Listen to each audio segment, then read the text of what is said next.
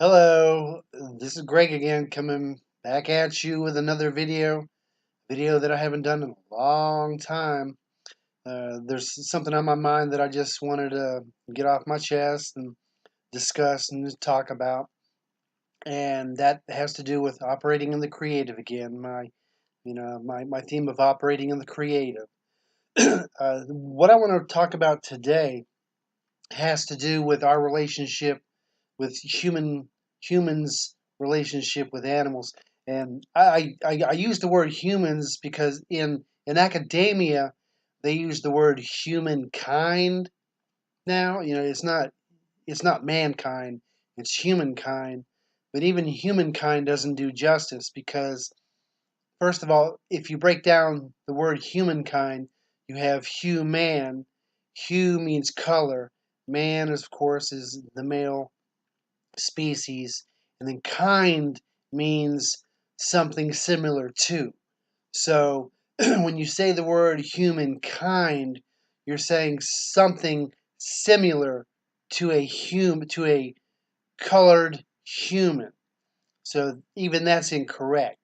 Uh, maybe even the term human is used incorrectly. But for all intents and purposes, I'm going to use the word humans, meaning all people, all people groups.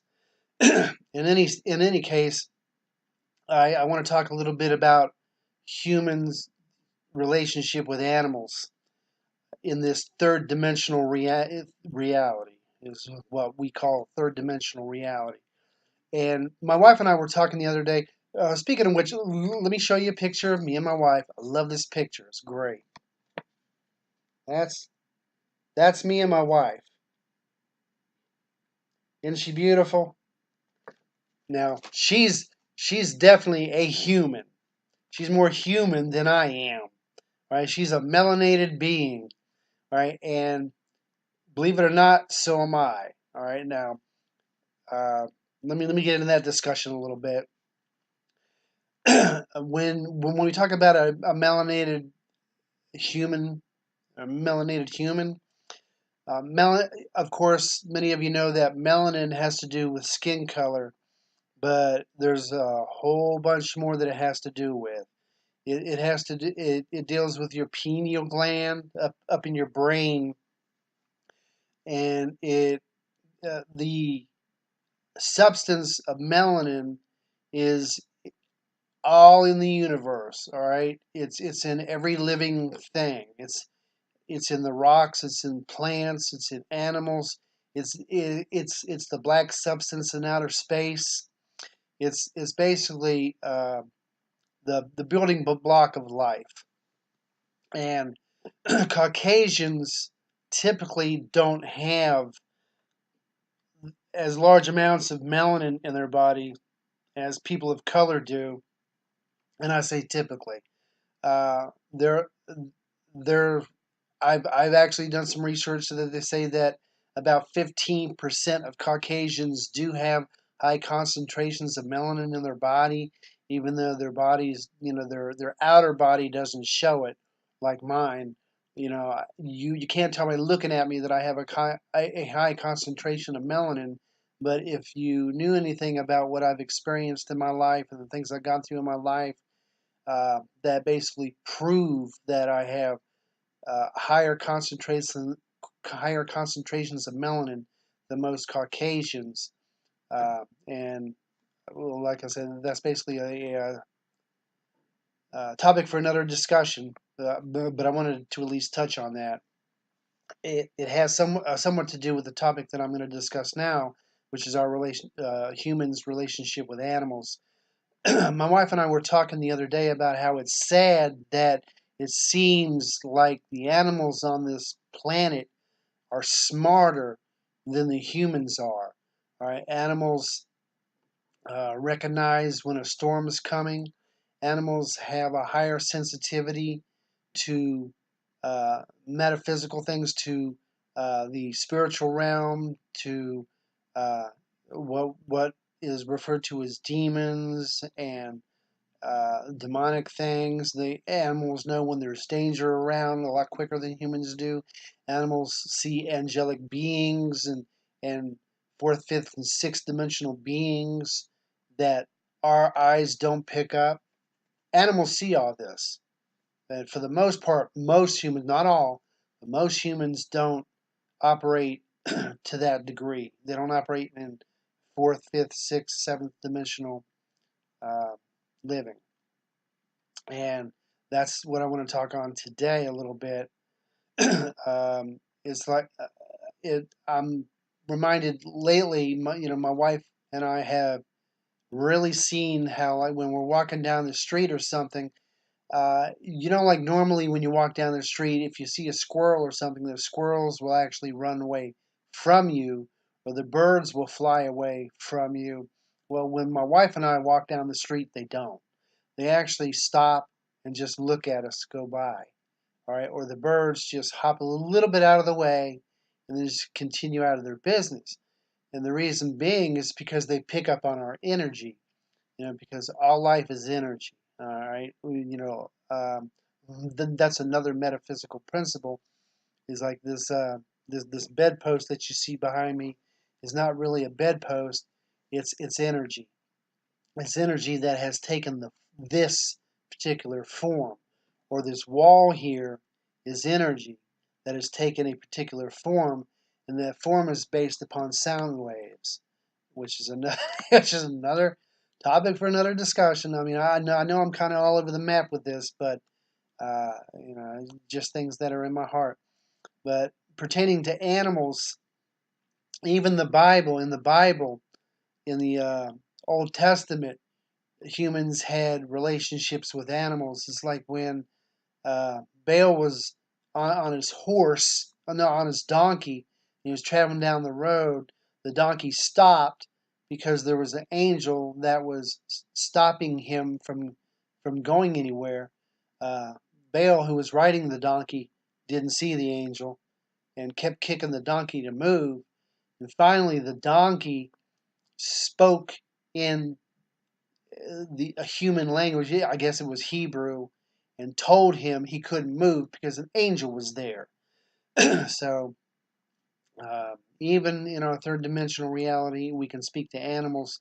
Before the fall of Babel, every animal, every being on this planet spoke telepathically, and telepathy is even spoken of a little bit in the Bible. When you look in, I believe it's the book of Corinthians, I think it's 13th chapter, it talks about spiritual gifts. Those spiritual gifts are actually metaphysical gifts. All right, and from a scientific perspective, they're metaphysical gifts.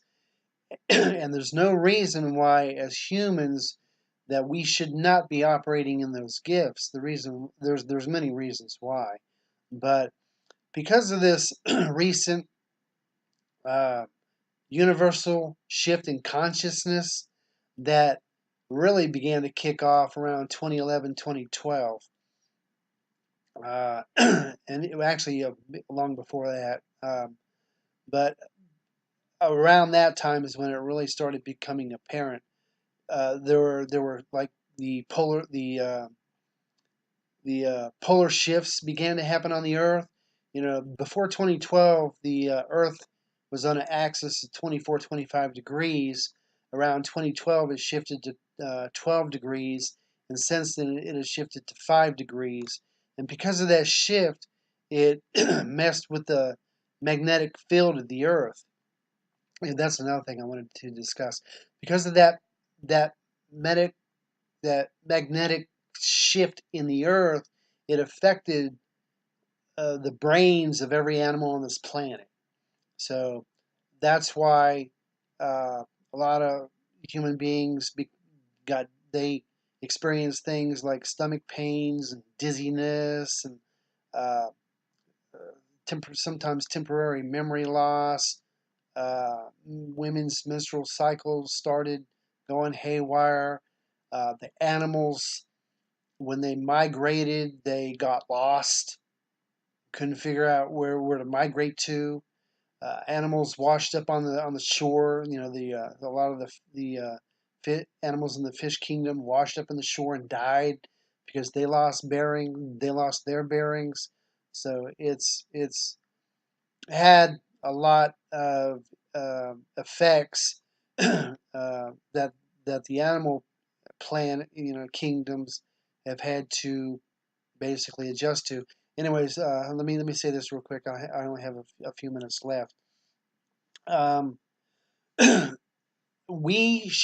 humans should be operating at least in the fourth, fifth, sixth, and seventh dimensions. Fourth dimension is metaphysical. Fifth dimension is love. Sixth and seventh dimension is when you realize that you're a god. Okay, so we should be operating in those dimensions. There's no reason why we can't do it now. And let me give you an example too of things that I've experienced with things like this. I'm reminded. I mean, I could go. I could list a lot, but one in particular. About 40 years ago, when I was in my teens, living in Virginia Beach, I did something stupid. I decided to go out in the ocean really far. I was going to go like see how far I could go out a little bit, and then come back in, and then swim back in to land. Well, my mother and us, my five brothers and my and sisters and myself, we were on 35th Street in Virginia Beach, and by the time I got to about 60, I think it's 67th Street, where the Cavalier Hotel is, I realized that I was in trouble, and I needed to get back in the shore because I had drifted too far. So I tried frantically to swim back into shore, but I was having a really hard time. I was getting exhausted. So I prayed to God for God to send me a dolphin and for that dolphin to push me into shore. Well, about 10 or 15 minutes later, I get this nudge on my back. It was a dolphin. So I went ahead and just spread my arms out and and uh, and basically arched my back. And this dolphin pushed me back about halfway to shore. Now I had gone out so far that there was like a shelf, an underwater shelf that dropped, and that's how I knew I was out too far, because the water started getting real cold. So I knew that I had gone out too far. Well, the dolphin pushed me about. I mean, I was so far that I was way past that. Well, the dolphin pushed me about halfway into shore, a little bit beyond that shelf where the water was warmer, and so it took me about another 45 minutes or so to actually make it back into shore. Now, by the time I made it back into shore, I was at a place called Fort Story, which is right on the edge of the Chesapeake, where the Chesapeake Bay meets the Atlantic Ocean. So, if that dolphin had not helped me into shore, then I would have drifted out in the Atlantic Ocean and more than likely died. But that's because at that time, and yeah, I mean, and all throughout my life, I've operated in the fourth dimension, fifth dimension, the metaphysical, and operated in love. So God, if you will, or the universe, helped me in my time of need by sending me a dolphin to help, basically to save my life. And but we should be on the same level that the animals are on, but we're not. Most human beings are not on that level, and we need to be. And that happens when you become aware of who you are. You become aware of your universe. You become more sensitive to the plants and the animals around you, and you become more one with nature. So I suggest and I hope that you learn something from this video. I encourage you to become one with nature. All right, and a lot of that has to do with, again, with character. And I've said this before.